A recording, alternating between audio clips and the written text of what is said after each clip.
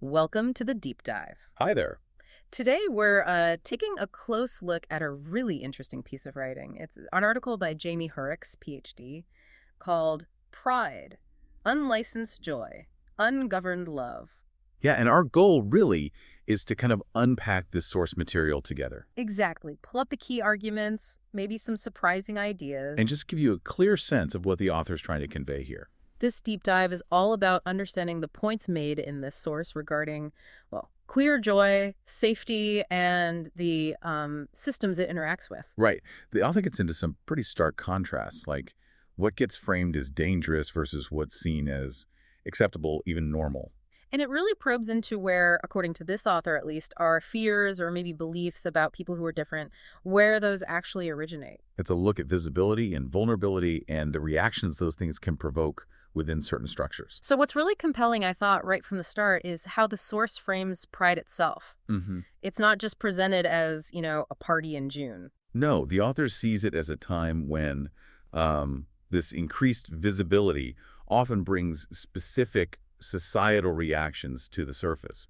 It kind of highlights ongoing struggles. Okay, so let's get into it. Let's unpack this. Well, the author points out this pattern, this recurring thing that happens every June during Pride. Things like another law, another march, another attack. That's a quote from the piece. Yeah, and they give specific examples, like seeing someone on the news calling people like the author dangerous. Or the tragic story of a teenager outed in Texas, or legislative bills aimed at specific groups, specific bodies. And the crucial argument the author makes is that this isn't because people are being loud, quote unquote. Right. It's simply because they dare to be visible. That's the phrase used. So the core idea here, from the author's perspective, is that even in a country claiming to be, the land of the free, there's this historical discomfort specifically aimed at trans people's freedom to just exist, to love, to be seen. Which, the author argues, leads to something they call conditional freedom. Conditional freedom, meaning? Meaning your freedom is only really yours if you behave, or perhaps more pointedly, if you disappear. Wow. That's quite a concept. It is. And it makes you ask, well, what does that kind of conditionality teach people? What coping mechanisms develop? The article goes into that. It talks about learning to scan rooms for danger, changing how you speak. Modulating your voice, yeah. Studying people's eyes for threat signals. Having to sort of soften the truth about yourself. Right. And constantly weighing self-preservation against just wanting connection, wanting love. It paints a really stark picture. The author says things like dating is risky, affection is political. And desire can turn fatal. Yeah. And the piece highlights these harmful narratives sometimes used to explain away violence against trans people. Phrases like, she tricked me, or she didn't tell me. Exactly. As if, from the author's perspective, a trans person's mere existence is seen as some kind of deception itself. But then right after painting that difficult reality, the author offers this immediate counterpoint. But we do. Gods, we do. Yeah. What does that refer to? It's about that fundamental human desire for connection, for love. The article emphasizes it's universal, no matter the challenges. And so facing those challenges, people build sanctuaries. That's the term used. Yes, finding refuge, maybe in late-night walks with friends or group chats. Shared looks across a room, maybe, or on dance floors, places of community. Exactly.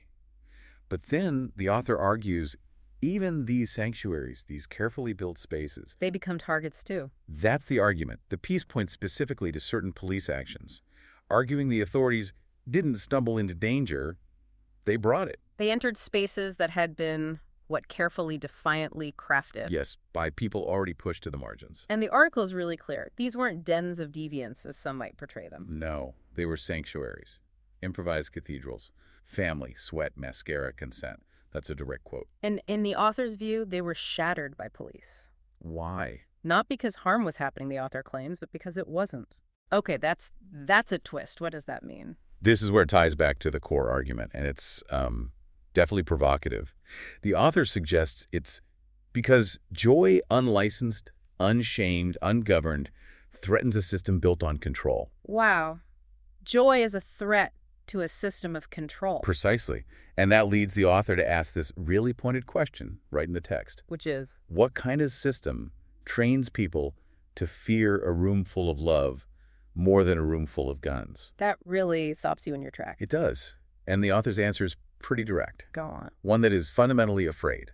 Afraid of softness, of fluidity, of bodies that don't, seek or ask for permission. And they draw that contrast you mentioned earlier. A very stark one. Yeah. A queer bar late at night is somehow framed as a threat. Yet, on the other hand, a militia, openly carrying automatic weapons, is often defended under the banner of freedom. The article argues this isn't about logic, then. No, not logic or reason. It's about legacy, according to the author. Legacy of what? It's tied, in the author's view, to systems like colonization, patriarchy, whiteness, and empire. And what's the common thread there? The author says each one is obsessed with dominance, allergic to delight. Allergic to delight. Okay. Yeah. And why specifically are these spaces of joy, these authentic spaces, seen as so threatening to that kind of system?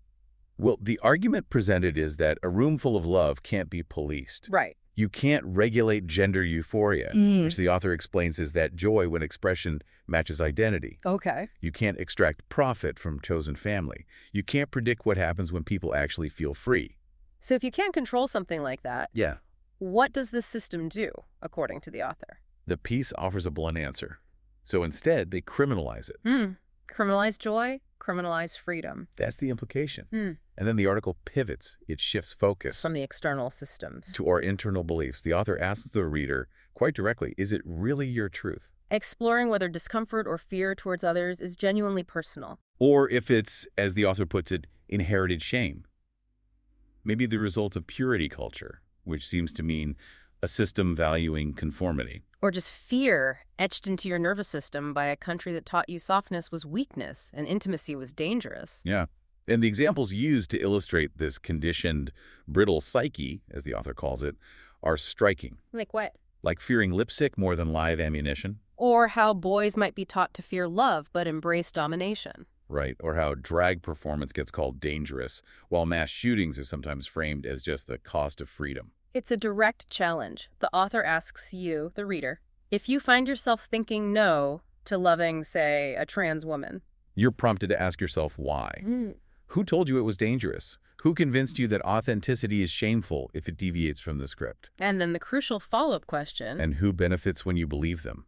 It connects the dots, doesn't it, between the big system training police to fear joy. And the way individuals might be trained to see their own desire, their own tenderness, as a liability. And this connection between the societal and the personal is presented as key to the country's brittle nature, according to the source. Yeah, this idea that society teaches people to fear things that could actually make them whole. To punish what they might secretly long for. To closet tenderness and call it virtue, yeah. To call disconnection maturity. And to see rejecting difference as just normal. But the author stresses that asking, is it really your truth, isn't meant as an attack. It's framed differently. As an invitation. An invitation to do what, exactly? The article suggests it's an invitation for people to trace the origin of their own beliefs. To really examine them. Yeah, to see whose voice might actually be speaking through them. And to consider, maybe properly for the first time, what real freedom might look like. Not freedom from other people.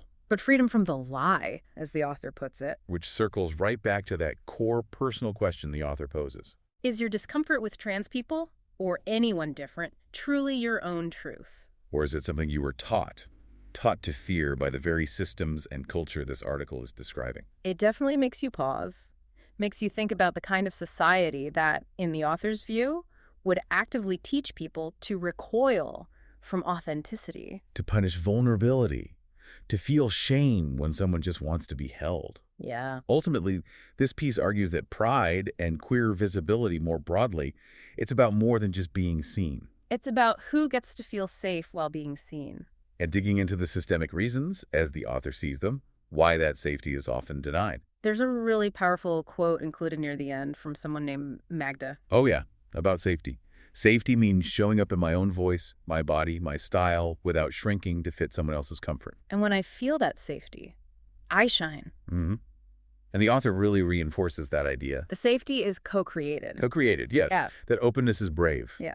And that ultimately, when we feel safe, we show up fully, we can shine. The piece closes with the author's own wish, stated very clearly. Yeah, for a world where no one has to shrink to be held. Where nobody's joy is a risk. Where trans women don't have to weigh each act of love against the possibility of harm. Where safety isn't something we earn by hiding, but something we build together. It's quite aspirational. Very. And until that world exists, the author says, they'll keep dancing. Keep asking the hard questions. And keep shining. So, okay, we've walked through the main ideas in pride, unlicensed joy, ungoverned love. We've looked at the source's perspective on why queer joy might be seen as a threat. The risks the author describes in living authentically and the systemic forces they believe are pushing back. We touched on the specific points the article makes about conditional freedom, about building sanctuaries. And that really sharp contrast the author draws between fears around queer spaces and the acceptance sometimes of armed groups. Right.